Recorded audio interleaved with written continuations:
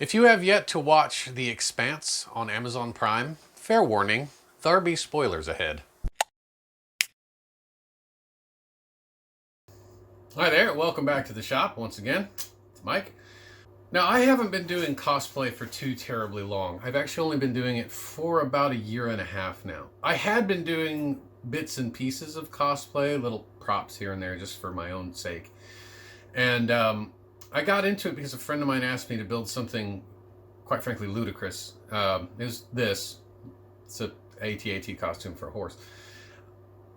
It kind of spurned on a bit of an obsession for me where I've gotten into it very heavily in the last year. And because I haven't been in it very long, I haven't really done much in the way of commissions. Well, a good friend of mine, James Wulfgar of Wulfgar Weapon and Props, link below for that fella, up in West Lafayette, Indiana, he knows a young lady who was looking for some props from The Expanse. I have some experience with props from The Expanse, and he sent her my way. And she wanted the exoskeleton worn by Drummer, the character Drummer, played by Cara G. Here's Cara G. That's actually Cara G in Letterkenny, which is the other greatest show in the world. This is her in The Expanse. And the character Drummer is actually a mix of several characters from the books, if you've read the books. At some point in the show, in the third season actually, she gets hurt. She has to wear an exoskeleton. Now, that exoskeleton was based on a real thing. It was actually based on an exoskeleton that was built by Suit X. I had a chance to talk with Jim Murray, who is the props master for The Expanse, and he explained how that whole thing worked. Now, he also explained that in a video with Adam Savage's Tested, where he goes into a lot more detail about it, and I'll link that video below because I'm going to talk about that a little bit as well. Well, she wanted one made in a month. I never met her. She was 500 miles away, and I had to make something that worked with the mechanics of a human body from some measurements. Turns out it worked. And it's actually in her possession now, so it's not in my shop currently, so you're going to have to suffer through some still shots and a little bit of video that survived, because I did film the entire build, but unfortunately my computer decided that I didn't need that footage anymore and went ahead and corrupted most of it, where it's now actually unusable. And I must apologize in advance. Some of it was filmed in the worst possible and most sinful way, vertical. So you might have to deal with that a little bit. So I apologize. But here is how I built it and how I went about researching this thing, which at the time when I started building it, which was right at the end of December, there wasn't a whole lot available. And what there was available, a big portion of that I was unaware of. So yeah, this is how it got did. Now, when I first started researching this project and realizing that I was going to have to make something that would work with a person, most specifically the lower body of a person, I knew I was going to have a good, strong base for it. So what I used is actually a surplus, what's called a Molle pack rack. That's M-O-L-L-E. Now, Molle is the system that's used in the military today, a lot of different militaries actually, to attach equipment to load-bearing vests, pack racks in this case. And it was already shaped to be worn on a back. So I'd already made the box, which is that gray box and the white tank on the side of it, which I'm pretty sure are representative of a power unit and an accumulator for a hydraulic system, or at least that's how I look at it. I actually designed it in Inkscape and then cut it out on my Glowforge, or set it on there, and then drew out where it needed to be cut and trimmed it down. Now, once it was trimmed down, I figured out that I needed to attach this thing to the pack rack in some way. I went ahead and I sprayed it full of expandable insulation foam because it's lightweight and it'll grab a hold of everything and keep it quite strong. Because I didn't want to make it out of bolts and steel and wood. I decided to do that with the rest of it. But with this one, I actually tried to save some weight. And I installed some threaded rod inside some rod keepers, and I used those to install into the what represents the hydraulic actuator, which is that tube across the bottom, which is just made from 3-inch PVC pipe. I then added some details to it that were my own, because at the time I had no actual reference beyond just the concept art, some screenshots, and well, Cassanvar's Twitter account, because he actually posted some pretty decent pictures of Cara G in it. Now, beyond this, a lot of it was extrapolation. I did a huge amount of extrapolation with this because I didn't know how the whole thing was built. I had some information from SuitX's website, but it really wasn't terribly helpful in the long run, as far as how a lot of it goes together. And I unfortunately missed out on the fact that Adam Savage's Tested had done a video with Jim Murray in the props department where they talked about it, where they talked about the exoskeleton at length. And had I known that that was a thing, I'd have been able to see how the hip joint worked and how a lot of the details were and how everything came together, and I probably would have been able to make it more accurate. But in this case, the exoskeleton that I built is a bit of a mix of what you see on screen and the concept art and me guessing. Now, once I had what is the stand-in for the hydraulic actuator installed, I had the basic pack done. And to strap it to the person, it's a mix of some straps that use these types of buckles, which sort of mimic what was used on screen. I don't know exactly what type of buckles those were, but these are fairly close. And I went ahead and used those and a back supporter for use at work, you know, for an industrial purpose. And that is actually representative of the belly band that she wears across her. Once that was done, the hard part was the legs. Now the legs are made of laser cut wood, just laser cut plywood, some aluminum strip, and a whole bunch of sealed ball bearings. And there's, I think grand total, there's 14 different joints in this thing, and they all have to work in concert with a person.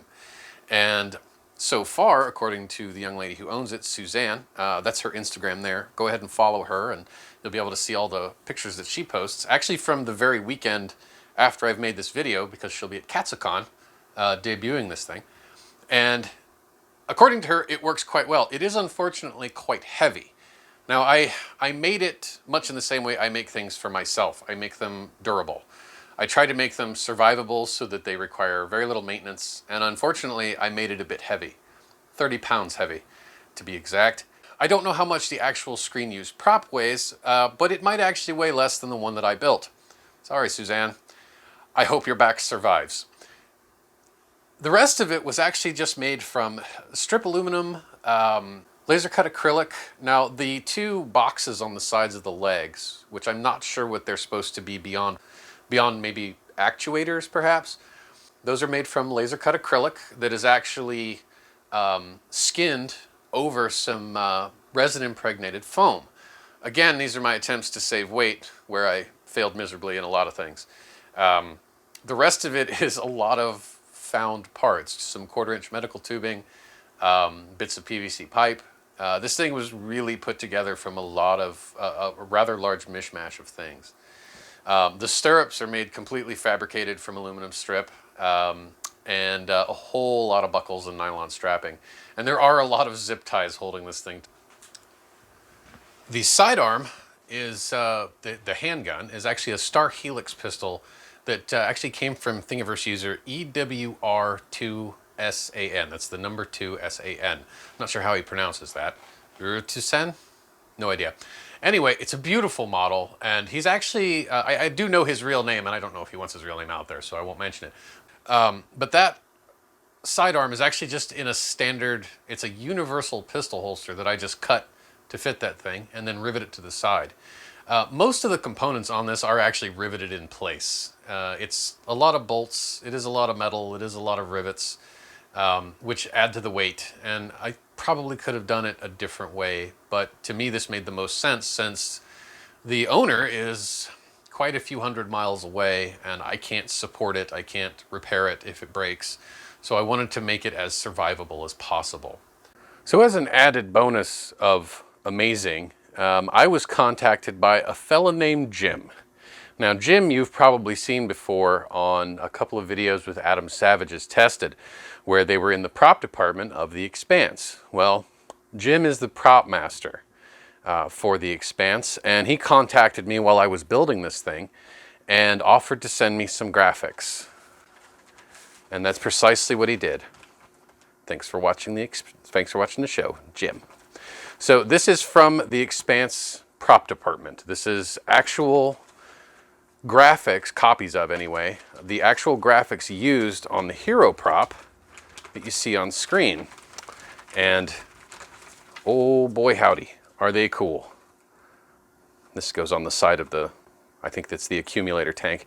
I'm going to apply all of these, or at least as many as I can, to Suzanne's exoskeleton, so that if you see Suzanne out and about at a con somewhere wearing the exoskeleton, she will be wearing an exoskeleton cosplay prop that has actual production-made graphics on it from the prop department of the Expanse. And just in case, because I know myself well enough, I went ahead and scanned them and printed them out as water transfer decals as well. And if you're a member of the Expanse cosplay group on Facebook, you can actually download these files and print them yourself. Here it is all done, all prettied up with the graphics from the Expanse. This box here, this is all laser cut Lexan. That's PVC pipe ends, a knob that I found in a box. These are laser cut wood. This is a 3-inch PVC pipe. These are the 2 threaded rods. I've got some decals on here that aren't from the Expanse. They were ones I put on earlier before the decals showed up. It's one of the little details I added because I just didn't know exactly what it was on that side. These are some PVC pipe pieces that I glued together to look like a hydraulic cylinder. And then this is all 1/4-inch medical tubing that's just painted black. On the side here of the actuator, it actually says see owner's manual for torque values. And then this is just to cover up the hinge that's underneath there, because I didn't know how that hip hinge worked, so I had to make it up. Some more graphics. This is just laser cut acrylic. This is the impregnated foam skinned with more acrylic. Got some plywood, a whole bunch of metal. It's all very, very heavy. Sorry about that, Suzanne. And the stirrup, which is actually just fabricated from aluminum strip.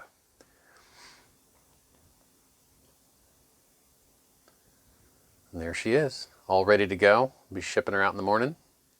There's the accumulator tank again with some more. It's got a face, unfortunately, because I think I may put those in the wrong place, but that's the correct spot for that. And then you can see the side detail here, the holster where it's riveted in. And then this actually has a small magnet on the bottom of it to hold it in place in the holster, just to give it a little extra grip. And then as we move down the leg, some decals that I made up because I didn't know what was there, followed along with some from the Expanse themselves. And then another fabricated stirrup. Back in place you go. And onto the front is the belly band and the buckle, the 2 knee buckles, and then there's 2 down by the calf and shin, then the one that goes across the chest. And ignore the weirdly proportioned mannequin, but this is that hinge there. Those are actually gate hinges. Thank you for watching. I hope that this was at least entertaining, if not educational. I'd like to thank Jim Murray for all of the help that he gave me, and Kim Saison, who is a member of the art department and actually created a lot of the artwork for those decals, if not all of it. They've both been extremely helpful. In fact, everyone that is a part of the Expanse production department that has been involved in this in some way or another have been extremely helpful and very supportive of their fans. And it's absolutely wonderful to have not only members of the production department, but also the props master himself to just be completely open and sharing with all of this information. And it made this build a lot closer to accurate than I could have without it. So to the folks at the Expanse, thank you so much for your help. If you found this video entertaining, if you'd like to see more of it, please consider liking and subscribing, hitting that button down there in the bottom, wherever it is. Consider becoming a patron to help support this channel so that I can keep making this stuff. In the future, I will be finishing up this vac suit that's over here and this large-scale model of the Rocinante behind me. That is an entirely 3D printed model that I will be hyper-detailing to make it as close to what could be considered a filming model as possible. I also have several other builds on the way, Tom Servo and Crow, a whole bunch of stuff from Blade Runner, more Fifth Element stuff, and who knows what else I'm going to be doing here shortly. But again, please like and subscribe. Leave a comment below. Tell me what you thought of this video. Check out my social media links below. Thank you again for watching. Cheers.